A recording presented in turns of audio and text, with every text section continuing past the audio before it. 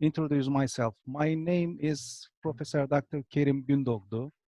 I'm a faculty member of Educational Sciences Department in Aydın Adnan Menderes University, Faculty of Education. Hello everyone, I am Bahar Gürey from Istanbul. I am in Ankara University and my institute is Geodramatik Turkey. Thank you. Hi everyone, it's a pleasure to be here. Thanks a lot. I'm Zeynep Pamuk from Ankara and I'm working at Yıldırım Beyazıt University as an English instructor. Hello, my name is Sriskandarajah. From Sri Lanka. Most people call me Sri, which is short. Okay. I'm joining you from London, which is where I live these days. Oh. Yes, I'm a Sri Lankan who has lived in a few other countries, and I recently retired from the Swedish University of Agricultural Sciences as a professor in environmental economy. So Zeynep and Bahar taught about being a kind of a lighthouse for people's life and for our own lives as well. We just started thinking about a way for us to deal with those challenging feelings, those challenging moments in pandemic. And we just wanted to reach people and touch their heart and their life somehow to help them deal with those hard times.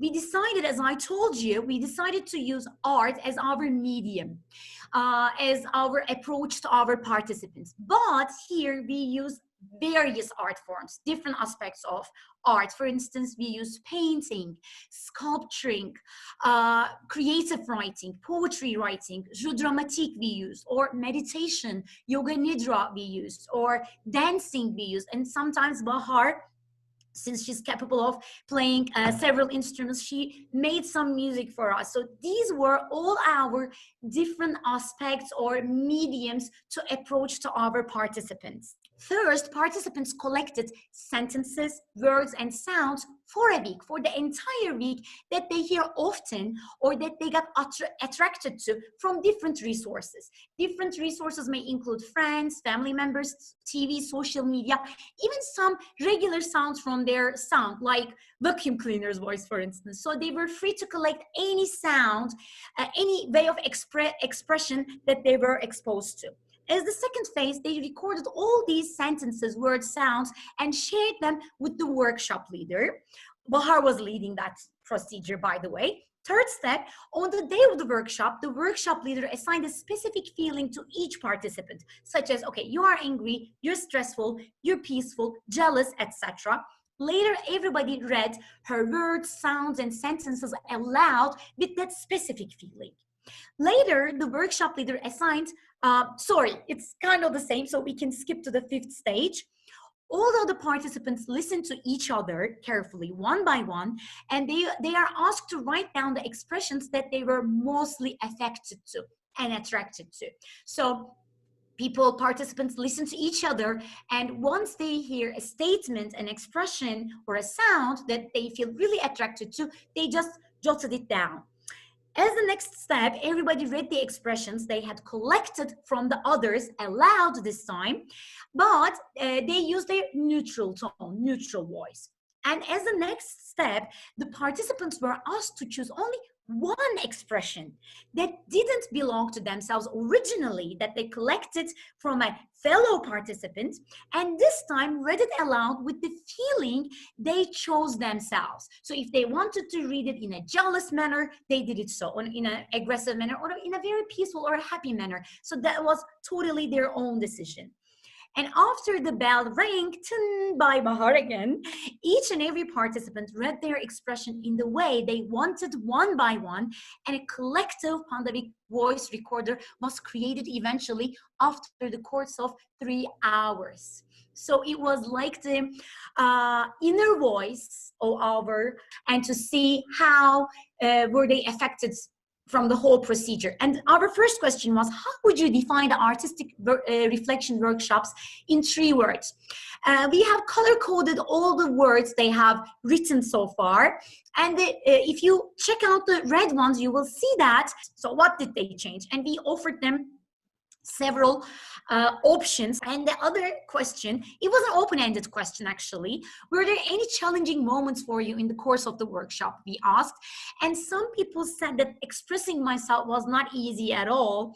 And another person said, I was very far from my own essence, from my own self. And I just realized it. And this fact made me feel kind of challenged from time to time. But then I couldn't know her. I couldn't know myself. But then I hugged her with my heart. And that was such a precious moment for me, one of the participants said. And confrontation. For a limited period as a pilot, it was 1 week long, full-time and intensive. We had 41 fourth-year undergraduates from 2 programs, a program in agricultural economics and a program in geography, making up the 41 students. And the program was supported by what's here described as the Linnaeus Palmer Teacher Exchange Program. We chose governance of natural resources as the overarching theme for the course, where governance is understood here in terms of nature and natural resource management as something which is as much about managing people as it is about managing nature. This is one of the simplified models to show what governance implies here about conservation and nature management. Mean that it's community-centered, it's based on rights, it respects customary institutions, it enables collaborative networks, it promotes gender and ethnic and other equities and recognize those differences. And it also, in the ideal sense, achieve to redress and reconciliation when there are conflicts. And our course was structured as having these following elements: a course introduction, which was a half a day on the main campus, a full day of field. The experiential elements of this course then have been the opening session where the students intermingled, got to know each other, understood their own knowledge in these areas and where they wanted to learn in relation to governance.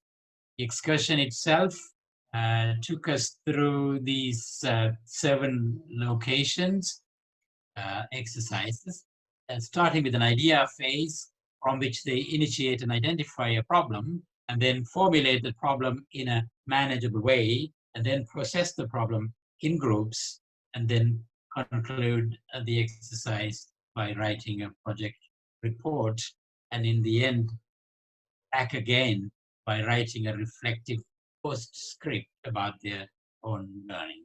Slides from a student's final presentation at the end of the course. Here the example being reducing over-extraction of groundwater in the Jaffna district.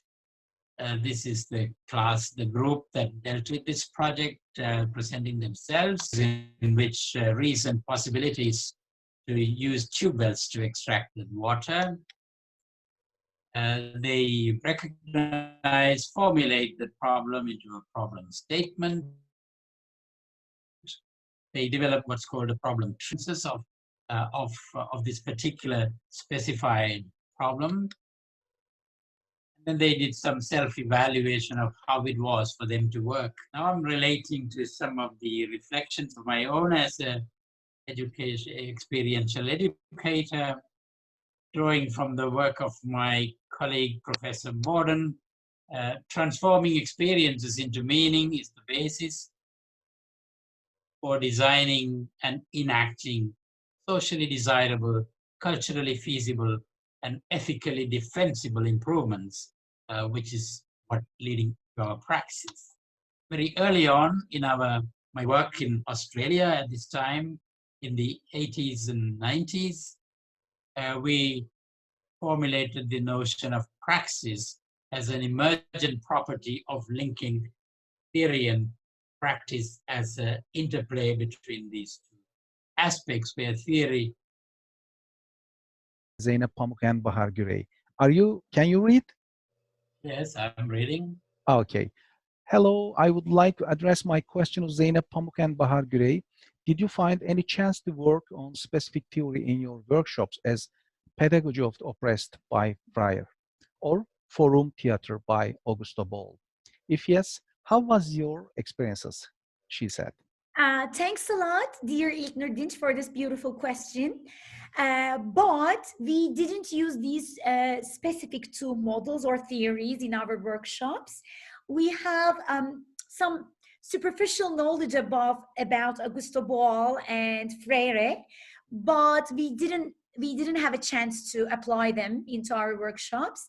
But we specifically use Jeu Dramatique because Bahar is the founder and the representative of Jeu Dramatique Turkey. So we used this technique a lot, and we used creative drama techniques as well, like very simple 2-3 paired role plays and a problem solution and everyday challenges during the pandemic we are exposing to and how to deal with them. So people were like talking to each other, but they didn't take a role, like in Forum Theater, for instance. They didn't step into a role to find out a solution specifically for that problem, I can say. It was more of an expression afterwards and talking about the short role play the participants were kind of staging. But other than that, we didn't use these specific techniques, theories, but that's a great opportunity actually. Perhaps it can be an opportunity and a good idea for us to implement more next time on these two theories as well. Thanks a lot, İlknur. No, I was also in my own transformation not long after my PhD education as a scientist, when I was influenced by Freire and Pedagogy of the Oppressed.